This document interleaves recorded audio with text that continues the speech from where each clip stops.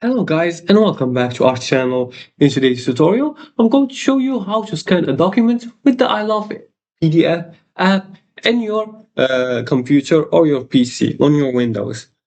Now, the app is available in the Microsoft Store. You can download this from here just by searching for iLovePDF. So make sure to download this from there and install it. As you can see, this is the app. And once you download the app, you're going to open it here and this is what it will look like. Now, let's go back here, go back to our topic and learn how to scan a document with the iLovePDF app. Now we're going to go to the tools right here. And as you can see, there's this tool that says scan to PDF. You're going to use this one right here. You're going to tap scan document.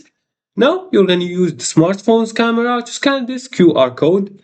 And then you're going to tap to scan your documents. You're going to follow these instructions. So you're gonna make sure your phone is connected with your app.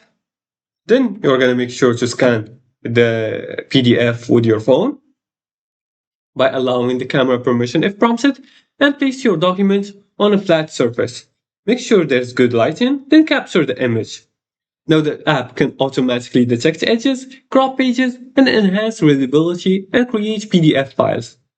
Many users scan receipts, contracts, homework, and business documents. Another huge tip is avoiding shadows and blurry photos for the best scan quality. Once finished, you're going to save the scan and export it as a PDF. Then you're going to share or edit it directly from the app. And finally, mobile scanning is one of the quickest ways to digitize documents on the go. And that's it. Now you know how to scan a PDF in the iLovePDF app on your PC. And if this tutorial helped you, leave a like and subscribe and comment below the video if you have further more questions about this topic. Thanks for watching and see you again in the next tutorial.